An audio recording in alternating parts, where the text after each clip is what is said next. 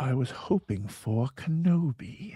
But instead, I have Pete Wright and AKA Hab, and we are here on the Star Wars Generations podcast to talk about Maul Shadow Lord. We are up to episode 6, and we're checking in. Pete was here for us discussion early episodes. AK hasn't been here yet, but as someone who has dedicated their life to the study of folks like Moby Dick, a character that had just a little bit of an obsession with someone who they were trying to get revenge on, there might be some relevant things to discuss here with Maul Shadow Lord. So I'm so glad to have both of you on. I, of course, am Matthew, the Ethical Panda, your host. AK, let's just jump in with you. We're halfway through Shadow Lord. What do you think so far? Yeah, I mean, I'm really enjoying it. I think that what's strange to me is I'm watching this show and I like love this show and I'm a little bit like, why is this a mall show? Is kind of my like primary feeling because I feel like the new characters that have been introduced are super interesting and super compelling. And I'm loving seeing Maul just kind of aura farm all over the place. But like Mm-hmm. I'm interested to see where they're going to go with him as a character. And like, I feel like there's a lot of implied growth that has happened for this character between kind of the last time we saw him and where he is now. And I'm curious how there's kind of this, how we're going to have the continuity between like end of Clone Wars Maul, Maul, Shadow Lord Maul, and Rebels Maul, like how we're going to Mm-hmm. make those connections happen. So that's what I'm most interested about seeing, I think. So just, I of course am hip to the kids lingo, but just for Pete and for any of our listeners, can you explain what the term aura farming means? Yeah, I mean, he just looks swag as all get out. He's really just That there didn't help. to pose on losers, I guess. I don't know. He's got a presence, He walks into a room and the whole room kind of stops and looks at Maul, and that's Yeah. just kind of always who he's been as a character. And it's good to see that kind of come back in a way that's being really well done. The animation is beautiful. I mean, I really enjoying that a lot too. I think it's a great way to describe it. And I think it kind of addresses what you were saying at the beginning that to me, Maul isn't necessarily the main character in that he's the person with the most lines in this show, but he is the center of gravity in this show. Everything Yeah. that is happening, all of the other characters' storylines are being deeply affected by him. And it's almost sort of like um you could watch the TV show The Acolyte. You could also call it The Stranger because it was just about him and how he influenced the Acolyte's journey. And I think this time we're getting a little more focus on him than we did on The Stranger, but still, it's all these other people: Devin, Docky, Lawson, Riley. All their stories are being deeply affected by what's happening in the mall. Yeah, I think he is more effective. And let me just say, I know what aura farming was, Matthew. Come on. I Just did. for the record. Uh-huh. I think that it is a really provocative kind of position that they make this character um, so central to the title card, and yet he's Yeah. barely. It's like talking about 5 and 6. He's barely in 5 and 6, but when he is, that opening sequence of 6, when he's doing his routine, right? He's doing his Mm-hmm. sort of kata, whatever that they call that, is gives us a sense of interiority for Maul that I don't know that we've ever gotten for that character. The fact that he's barely in the thing until the tram sequence where he takes over, they damn near make Maul a sympathetic character. And I think that's a bit of jujitsu that they're doing in this show Yeah. to make us care about this thing and reframe the orbit around which our understanding of Maul lives for every other interpretation of Maul. Yeah. That's fascinating. Well, one phrase that I've been using a lot, and I want to hear if you two guys agree with this: Maul to me is a Cassandra figure, in that Hmm. he's always telling the truth. And this is true going all the way back to, end of the Clone Wars, where what he's telling Ahsoka literally what's actually happening in terms of Palpatine is Sidious and Anakin's going to fall. Ahsoka doesn't want to believe it. Here, he's telling Devin all of these things about like the Empire's taking over. We need to fight it. We can't just be complacent and hide the way your master does. The master's saying Maul is full of lies. Maul has an agenda. Maul is manipulating her, but he's not lying. And same thing will happen with him and Ezra in Rebels. And I feel for me, that's where a lot of the sympathy comes from, is that I know he's a terrible guy. I know he's not, he has his own agenda, but he's also the only one who knows the truth, and no one will believe him. And to me, that just makes him so like you have to cry along with him. Yeah, I mean, Maul is like a very tragic character, and I know I've heard Sam Witwer describe him before as like a very Sisyphus character. He just keeps pushing that rock up the hill, Mm-hmm. and in like the existentialist sense of like we're all people who have gone through shit and are like still trying to find reasons to keep going. I think Maul is very sympathetic because he has been through a lot. Like we know he's been discarded and like left behind and abused and like gone through some really messed up stuff, and now he's just like, well, where do I find my allies to try and Yeah. take back what's mine? And that's pretty compelling. I think what's funny for me about some of the interiority of what we're seeing of Maul is like I'm not sure it actually lines up with the Maul we know. And Yeah. I think that's like it has a lot of potential that I'm like excited about on the one hand, and on the other hand I'm like, ooh, are they going to be able to square this? And I think Mm. the opening sequence where he's doing the form, I rewatched that like 5 times in a row, and then went and immediately watched the Phantom Menace fight, and then went and watched the Clone Wars fight with him and Ahsoka, because that form does not fit his usual fighting style like at Mm-hmm. all. And I that could be a really interesting thing, or it could be something that just kind of isn't explained. I'm hoping that they give us some like answers for that. Yeah. That is the sort of juggernaut of a task that comes from, and I think it's a it's a Filoni-esque kind of operation where you just write yourself into a corner and just say, I wonder if we can get out of it, right? That's kind Mm-hmm. of what makes it fun. But I totally see that could also be an oncoming train wreck, right? Just not being able to square this character who is, by all accounts, for a lot of fans, beloved in this universe, right? Right. It is a complicated character. But it makes me, just hearing you talk about it, it makes me push back on this idea of Maul being manipulative. Is he manipulative if he's speaking the truth? He has an agenda, but at no point is he using facts against Right. anyone else other than just like, I'm going to tell you what's happening.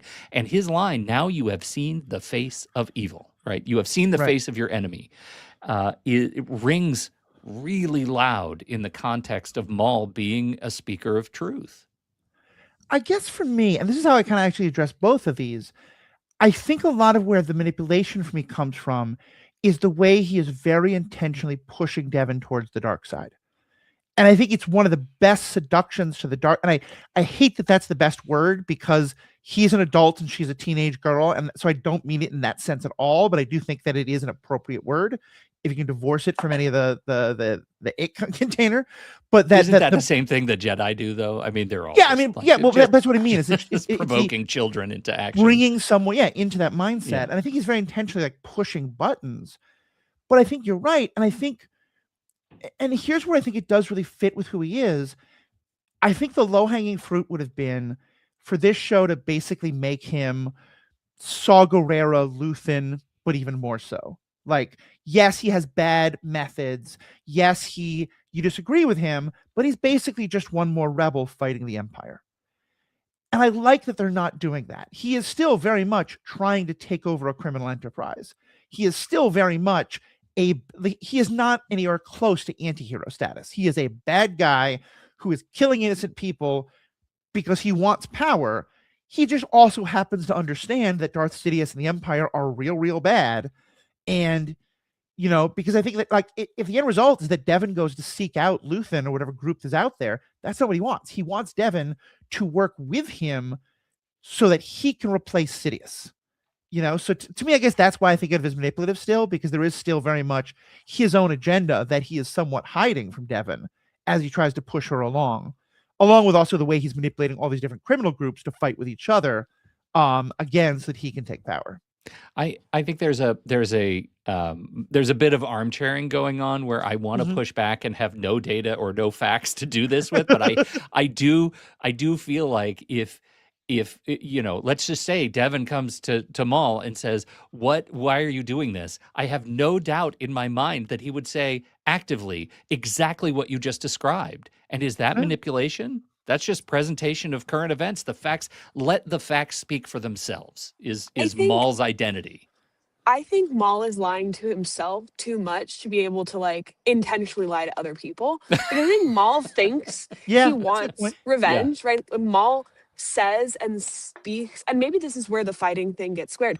When he's doing his form, he's got this very fluid, very high, swordsman style movement. But when he's in the moment, when he's in the fight, he fights like a brute. And I Yeah, think he's it's brutal. very similar philosophically. Like he has all these high minded ideas. He thinks he's Right. evolved.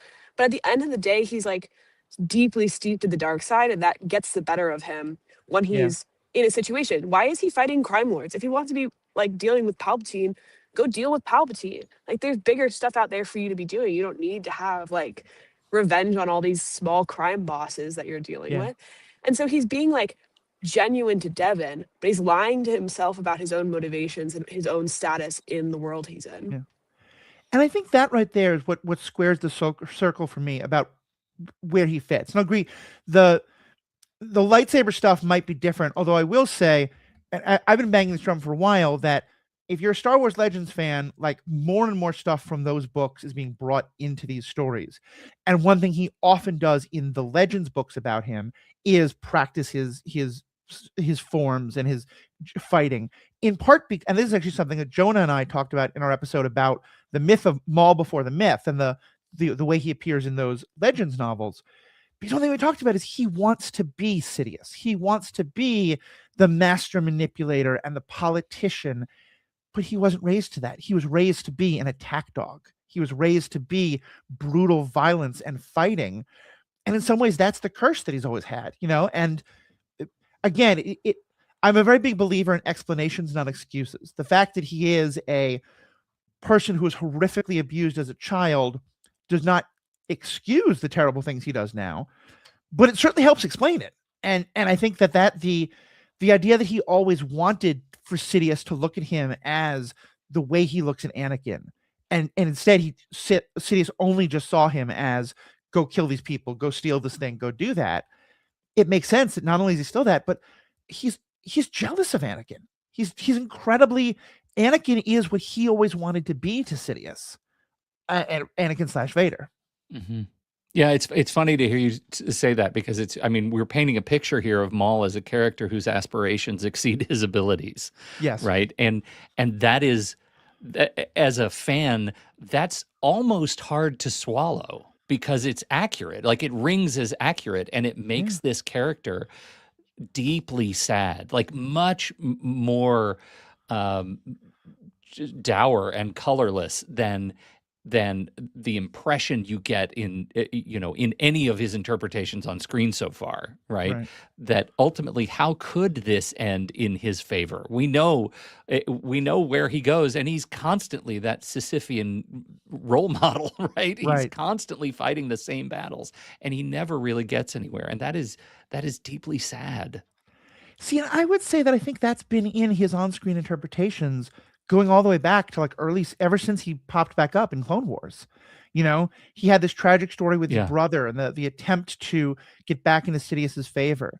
He has this scene, I think one of the best lines in all of Star Wars is where Ahsoka basically she breaks him out of prison and he has a moment of are we finally going to team up? Are we going to fight the Empire? And she's like, I want you to go fight these soldiers as a distraction. I'm not rooting for you, is her literal line. And she doesn't give him a weapon. And you get where she's coming from, but it's all the way to, forgive me for spoilers for something that's 10 years out, but in Rebels, his death scene, I cannot watch that without crying. It is such a beautiful, tragic death scene. And the fact that Obi-Wan is there to embrace him and hold him. And you wish they would just kiss already, but it's just such a enemies to respecting each other. They should have been lovers, Filoni, you coward. But you know what I mean? So I think that putting the fan fiction of it aside, I'm just saying I think the tragedy there has always been part of the on-screen stuff. Yeah, that's fair. That's fair. It does give us, I mean, when you think about the sort of characters under pressure, as good as episodes 5 and 6 are for Maul, it still is just a reminder that Rook and the Mandalorians are under pressure, kind of figuring out what their role is in this criminal enterprise. And I think that's the risk ahead of sort of the three vectors. First of all, who is Merrick, reporting to? What is the Right. imperial vector? What is his own potential to interior or internal mutiny brewing around the Mandalorians? All while he's making these decisions that everybody around him seems to think are suspect. His motivation to connect with Devon, and yet he's still fighting that same ideological battle. Yeah. AK, can we draw any parallels with another person who has authority over a group of people? You might even say a crew, but is so obsessed with one particular goal that a lot of them are questioning his sanity and whether he should be part of this project. Yeah, I mean, Captain Ahab is a character who's like so classic in American literature, in part because it doesn't have to go the way it does. Like he has people who actually care about him in the background, like trying to push him down the right path. And it's not something I'm sure Maul has, or at least not something he has yet. Like I think Ahsoka is kind of the closest we get as like a person who really tries to like have a conversation with him and push him down the right path. What's interesting about like Rook, and then the two Zabrak brothers, one of them is named Icarus, and I don't remember the other one's name, but is that we see them like following Maul with this kind of like quiet and undying loyalty, but nobody within Maul's circle has really like pushed back on him that hard yet. And Mm-hmm. I'm waiting for the moment when that happens to see whether Maul will take that, like take some sort of redirection or recourse, or do the classic Sith thing of you questioned me, so now you die. Um, because I think this is the most like refined we've seen Maul. He's acting very controlled, at least for the most part right now. Like his interactions with Devon, he's been very careful, very precise, very calm. And I'm wondering if that will translate over if one of his internal crew tries to kind of push him in a direction in a way that, Captain Ahab was never going to go, because like he had already gone so far down this path that even his closest friends couldn't like get to him.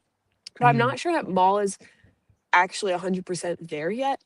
And where he ends up in Rebels makes me think he maybe wasn't, because he does kind of get more and more willing to like let parts of Sith philosophy go so that he can get to these aims that he has that are like secondary or tertiary. And I Mm-hmm. don't think Maul has a white whale the same way Ahab does.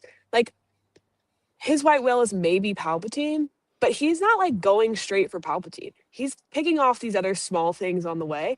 And Right. Ahab, as soon as they're on the boat, is like, we are here for one thing and one thing only, which is Moby Dick. So we're gonna find him. And Maul's not doing that, which is really interesting, because I'm again wondering how he squares that with himself of like he has these big philosophical ideological goals and his actions aren't aimed directly at them. So what are they? Right. That makes sense. Yeah, it's actually interesting because there's the long-term motivation and the short-term motivation. And I'm with you. I wonder what, if the ultimate motivation does end in Palpatine, in that sort of vindication. Because right now it seems like, he's collecting power, right? He does have Right. this sort of mafioso drive to just be the head of something. I Mm-hmm. just am not sure how well thought out that is, if the ultimate design is to get to Palpatine. I'm sure on a comic level, like just sort of the broad strokes level, there is the, eventually he'll get to Palpatine somehow. Right. But I don't know if the micro stories support it as well. Yeah, no, I think that's fair. I mean, I think in part, like he has mentioned Sidious once or twice already in this show, and he Mhm. talks about it obviously in both Rebels and Clone Wars. But I think it's part of that idea of that he's not a great planner. Like in his Yeah. head, he knows you amass a power base in order to take on another power base, but the details are not his thing. Well, the other piece is that this is also, you could turn this into a father-son story, right? Like Palpatine was his motivating anchor for a long Right. time, and the act of him collecting power from the ground up is also kind of a demonstration of like Dad, look how far I've come without you, right? Yeah. This is an establishment of my identity, and I'm doing it on the dark side, and that may not be great for the rest of the universe, but I am doing it to show up and show you what I can do, and look how powerful I can become without you, out of your Yeah. shadow. And he needs Palpatine alive and well to see that happen in order for that bit of interiority to come to the surface. Yeah. No, and I do think that's true. And I think that in some ways, Obi-Wan has also been a stand-in for that, kind of off and on. And at this point in the Absolutely. story, he thinks Obi-Wan is dead. And so it Mhm. makes sense it shifts back to Palpatine. Because we're talking about fathers and sons, I want to get to Merrick and some other things, but let's talk a bit about I'm liking the show, and somehow it makes it work, but it does feel like we have 3 or 4 different genres that are all happening at the same time. And we've got our short little guy who thinks that he's in The Wire or Sopranos or something like that. But in the not terribly imaginatively named Officer Lawson, who is the lawman with a plot around his son, we see more about the plot about his son. We get to hear about his ex-wife, who's joined the Empire, and is clearly having trouble acknowledging that the Empire might be bad. Is this Lethal Weapon? Like, it just feels like I am enjoying that story and it fits, but it feels like I'm so ready for Bruce Willis to play this character. I've seen this show of the struggling single dad cop so many times. How is that how is that Lawson story hitting you? I am really liking the dynamic between Lawson and his son, and particularly Two Boots, and kind of the commentary going on between like what happens when, you know, the government is corrupt and you have law enforcement that's automated, because they think they have this relationship with Two Boots that does not actually exist, because Two Boots' protocol is to serve a fascist empire. And I think that has been a really interesting like thing to watch play out, especially because Lawson's having to go, okay, well, am I actually going to stick with law enforcement? And in an age of, really having conversations about what the role of law enforcement is, and like whether or not you could be a good person and stay in a position of power that's being run by a fascist empire, I think that's really compelling. I don't know that I care yet that much about whatever's going on between him and his son specifically. I hope that I will care at some point, but if not, Mhm. whatever. Like sometimes Star Wars just throws stuff like that in, and I'm like, okay, cool, whatever. But I Space think the Lacrosse has not caught your attention yet? no, but I do think the dynamic within the station is really interesting. Yeah. That's definitely my point, my place too. I have so far, Lawson's son has given me very little to be interested in. I don't know Mhm. that I'm there. I don't know that trying to set up the relationship between, Brander and that's his name, right? Or was that's the detective? What's his son's name? Anyway, Riley. Riley. I don't think Riley and Devin putting them together was terribly compelling for that action beat for me. I didn't need that. Mhm. I am vastly more interested in the ongoing discussion of Two Boots, blind faith in protocol. Yeah. That entire discussion of like this is going to be fine. You're all just underestimating protocol, and then it observably not be fine.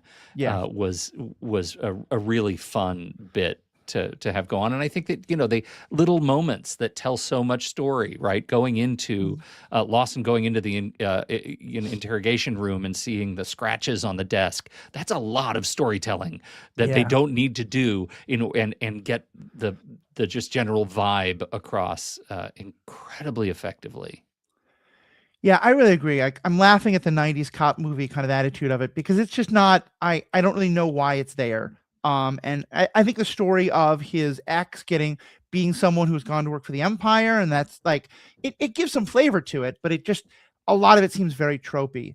And I Yeah. agree with you. I really don't want a Riley Devin romance. I mean, I think something about, she is at the age that I think a story of part of her questioning the Jedi is, hey, wait, boys are cute. Why am I supposed to not think about that? Or girls are cute, or whatever it is. Like, Cute hormones is are a cute, thing. Matthew. Cute is cute. Cute is cute. And like a teenager thinking denying all of your hormonal instincts is maybe not the best path. Like, that's a worthy story. But there's nothing about Riley that I'm finding like compelling there. And I love what you two both harbored on, because to me, as I look at our own world, one thing I think about a lot is I grew up, and I don't know if this was you two. My mother was somewhat not this, but my father was definitely if you have a problem, you can call the cops. It's going to be okay. And I certainly don't, after living under Giuliani, I certainly didn't believe that. And I very much don't believe that. And I think, if one of my friends, particularly a friend of color, is having a real like episode, calling the cops could be putting them in real danger.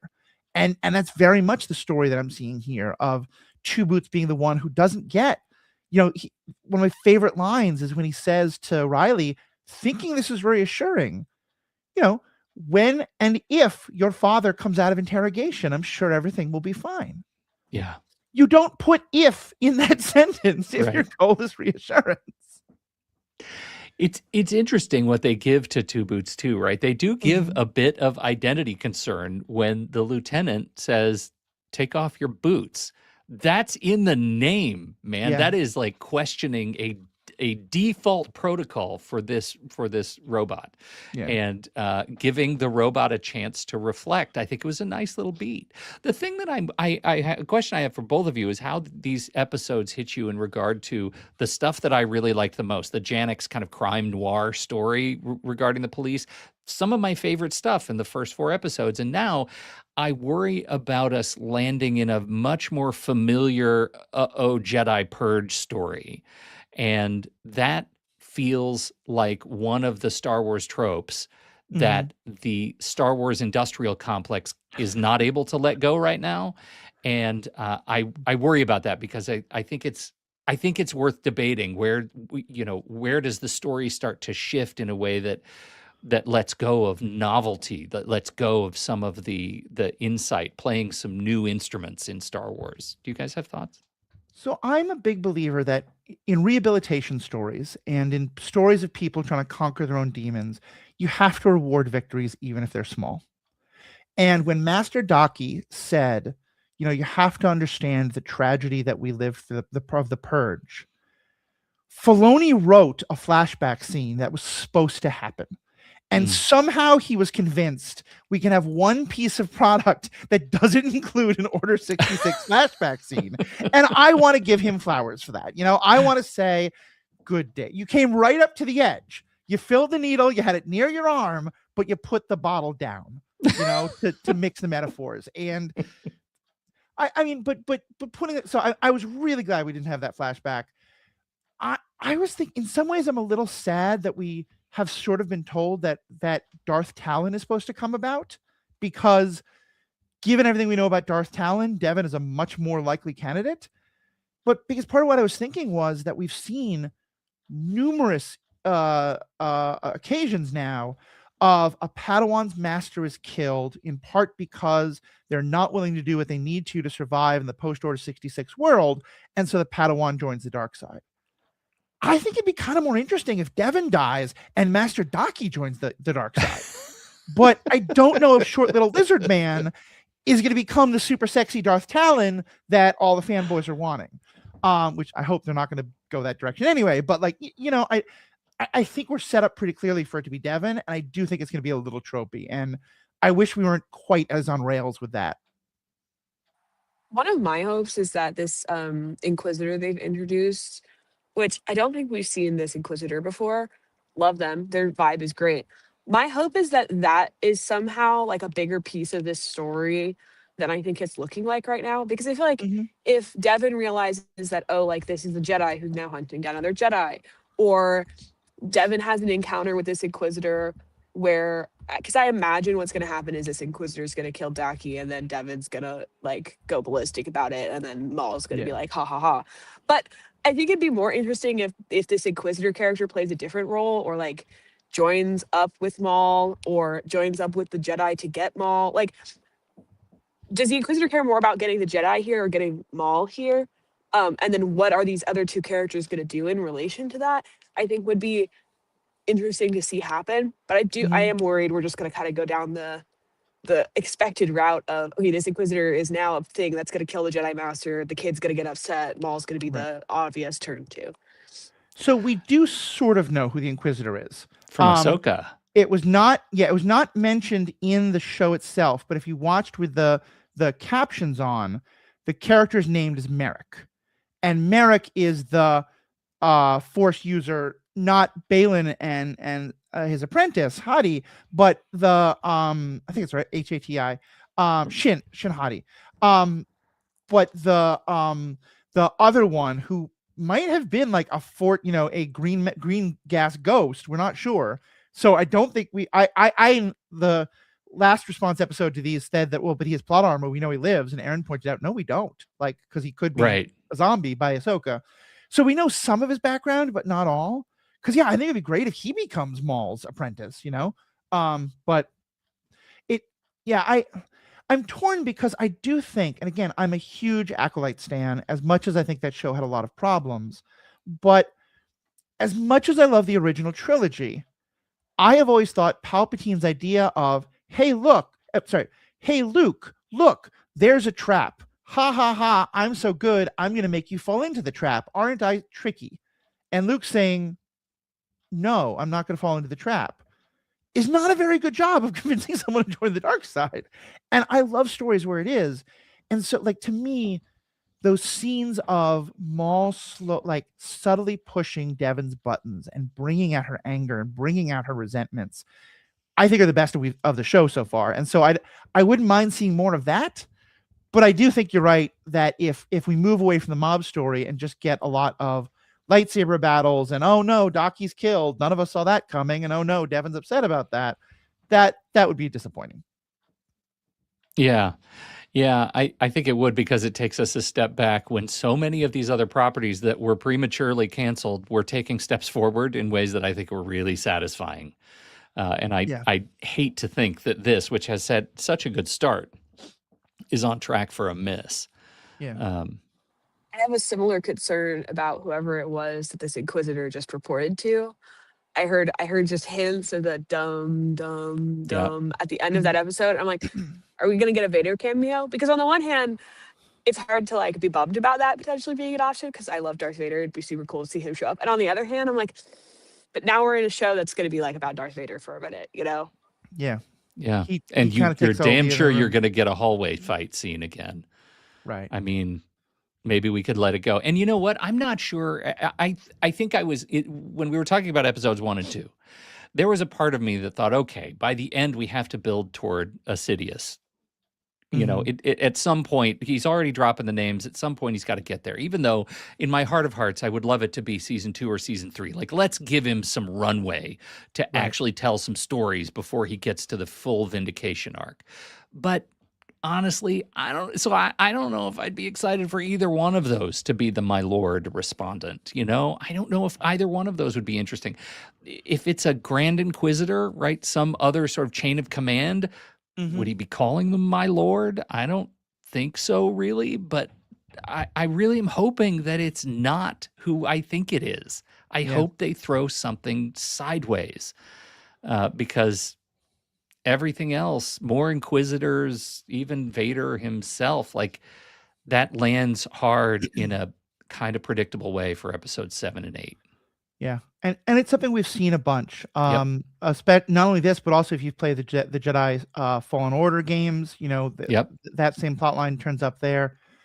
And also, just even if we get Vader, I think our choices are Hayden Christensen as voice actor, which doesn't really seem right with all the voice box stuff, or the AI version of James Earl Jones, which, granted, James Earl Jones volunteered for. Unlike a lot of the other people, like Peter Cushing with Tarkin, but still is going to feel weird.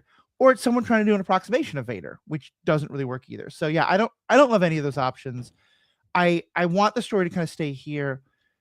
And also, for me, one of the problems of prequels is you throw in a whole bunch of stuff and then wonder why the story that was made 10 years ago never mentions these now very important plot details. And so we do know that later on in the story, Maul is going to talk to Ezra and talk to Obi-Wan about the list of grievances he has against Sidious. And so if he takes someone under his wing as an apprentice, and we have 2 seasons of them getting really close, and then Sidious kills that apprentice, And now we go back to Rebels, and he doesn't mention that as one of the grievances. That's going to be, it's these middle properties. It's part of why I thought the show Obi-Wan Kenobi had so many problems, because, we go from the fight on Mustafar to the circle is now complete, and now turn out there's something in the middle there, and it just doesn't fit.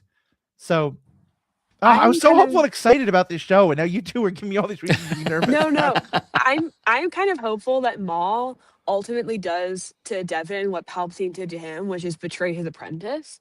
Like, I think that would be an interesting full circle moment for Maul to go like, oh, the dark side actually does do this to people. And like, I've made this mistake the same way like Sidious made it to me. Because I think if we had 2 seasons of them adventuring and exploring together, and then she turns on Maul, or she starts to go back towards the light side, or she makes a decision he doesn't like, and he goes, okay, we're done now, that would be really compelling. But that requires like the Sidious plot and like the Empire thing kind of being secondary to the Maul and Devin plot, which I'm not sure they'll do. Yeah, because always if this season is Darth Talon's origin story, and I think I can be okay with that if then we get a lot of, because a lot of it's about, because remember also we talked about like where he is in Clone Wars, where he is in Rebels. The next stop on the Maul story is Solo, is us seeing him be the head of Crimson Dawn. And so if that's what we kind of spend a lot of time building to, I think it works, because then it also is much more the mob story. And that short guy, I love him. I forget what his name is, but Vario, thank you. I love Vario. I like how he just keeps stroking his gills. It just makes me happy as a character move. Better than, what was the other one's name? I think it's like Maledictus or something. Like, it was if you put the two parts of his name together, they form a very obvious word that now I can't remember. We get angry emails about that. But and I love your idea, AK, of I don't want her to go back to the light, but like if she joins the Inquisitors, if maybe like her and Rook team up to try and take Maul down, because that's what the Sith that's what the dark side is supposed to do. That could be fun. Can I ask a subject change question? Yeah. Speaking of armchairing, it feels to me like casting Tamlin Tomita as Drea, Riley's mom, is a weird push, right? She obviously works somehow for the Empire. This is this is one of those like very much a Doyleist approach to the show, right? Like I'm looking at it from a casting potential and not in story. But why did they give her, this actress with 150 credits, some odd? She's been around for decades. She's incredible. A 90-second scene? There's got to what is going on with this family that needs to continue to be excised through the course of the story? There's something going on here that I feel like I'm underthinking, and that may give Riley more agency in the story. It may make Riley a more compelling character than just like low rent Dawson running around his dad's office. Maybe Riley will end up working for the Empire. Like maybe him and Devin will be friends and split. Would that would be a story, right? That would be something. Maybe Riley's the next Inquisitor. I'm here for it. Anything's possible. Here for it. First of all, I'll say I'm glad you pointed that out, because I had no idea who she was. I just don't have a good ear for voices, and I hadn't looked it up. But especially given all the work I did on Cobra Kai, I probably should have been able to track her. Yeah. She made her debut as Danny LaRusso's love interest in Karate Kid Part 2, and then came back as that same character. Yep. I think, though, for me, part of the story that they're telling is, and again, this is Filoni going back to his old favorites, but it is a really good favorite, is the slow story of the acceptance of fascism, and at the same time, the slow building of resistance to fascism. And I think a story that has a great deal of relevance for us right now is what happens when the lived reality of your family clashes with the ideology that the church or the government or whoever is telling you. Because and with Two Boots and the mother, we have these kind of parallel stories of they've both been told it is going to be okay. The Empire is going to make it okay. So what happens to a woman when does she still have feelings for her ex-husband? If he becomes an enemy of the Empire, does that make her more sympathetic to him? Does that make her more mad at him and now want more custody of the kid because he's putting the kid in danger and the Empire, they'll be safe? Does it put the kid in a place where he has to choose between the two? I think, to me, it is absolutely assured at this point that Two Boots is going to have a face turn. And whether Riley or the mother or anyone else has a face turn, or, whether they become someone who just digs in and has to say, like, if you believe, if you think that the Empire is wrong, then you're not my son anymore. I feel like there's a story with incredible dramatic weight that can be told there. I don't know if we have enough of these characters to get there in a show that also is the mob story and also is the story of Devon's fall. I'd love it if they could do all three of those, but I think that's what they're trying to do with the story. I just worry it's going to kind of get short shrift because it is a very complex and hard story to tell. I mean, we've done the great work of that story in Andor, right? Like we've really done the great work of that story in Andor, and how much are they able to sort of pull from that aesthetic, that sort of cultural aesthetic, to get us to those same feelings? I don't know. I could also see this being something they develop, like if this show ends up with more seasons, like laying some groundwork for it now and fleshing it out later. Because the other thing is, this is, it's a big name, it's a big actress, but Star Wars is also known for throwing big people in and giving them short little roles because it's like a fun thing to do. So I think there's a lot of actors and actresses out there who are very happy to have. I'll take 90 seconds in a Star Wars property any day. You remember Christian Slater waking up the captain in some Star Wars movie. 100%. Christian Slater can say he was in a Star Wars movie. Star Trek. Was outstanding. Trek. Pete, I know we have to have you go in a second. I'm going to cut this out and then put it back in. Sure. I'm also going to make a second 30-second ad for getting people to listen to the second half of the show. So I'm going to ask, what are you excited about going forward? And if you can give me something just like quick and punchy, totally off the top of your head, I'm sure, about what you're excited about for both of you, that'd be awesome. So I know, Pete, you have to go in a few minutes. Nick, I don't want to keep you too long either. We've talked about a lot of our concerns. We got 6 more episodes. What are you excited about? What are you looking for the rest of Maul? I am really excited to see Devid develop. I think her lightsaber form and fighting style is awesome. It's one we've not really seen before. She whipped out her little pose early on, and I was like, that's a new iconic lightsaber pose, immediately. So I'm excited to see her fight more. I'm excited to see her character go somewhere. I'm excited to see what breaks her. She's kind of the most interesting part of the show to me, and I'm already in love with her. So love it. And Pete? I'm finding myself intrigued by the Inquisitor role here. I think Merrick it's a nice tease to throw him into this show, especially because we saw the end of Merrick. So there is another kind of intercut parallelism between Maul and Merrick, and to see how Merrick goes from Inquisitor here to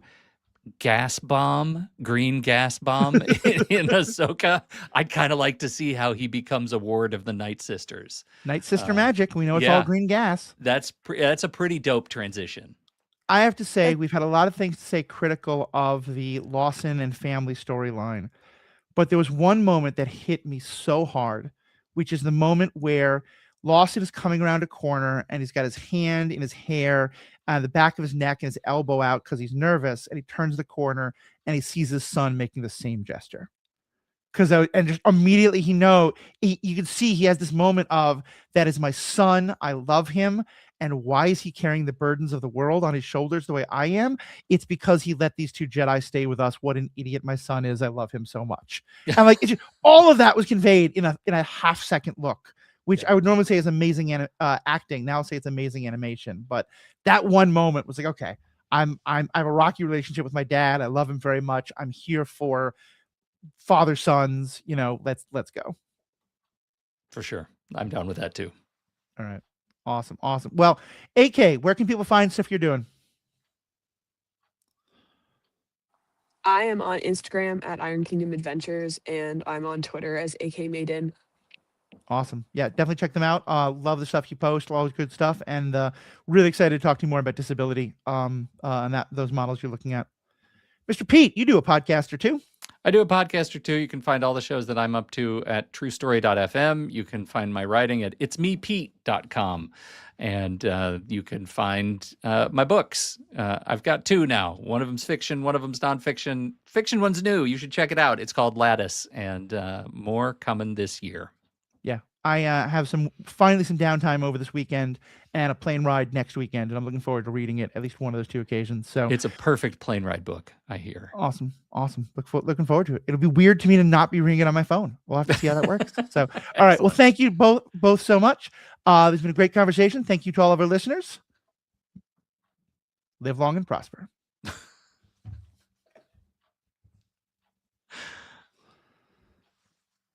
And we're out. Awesome.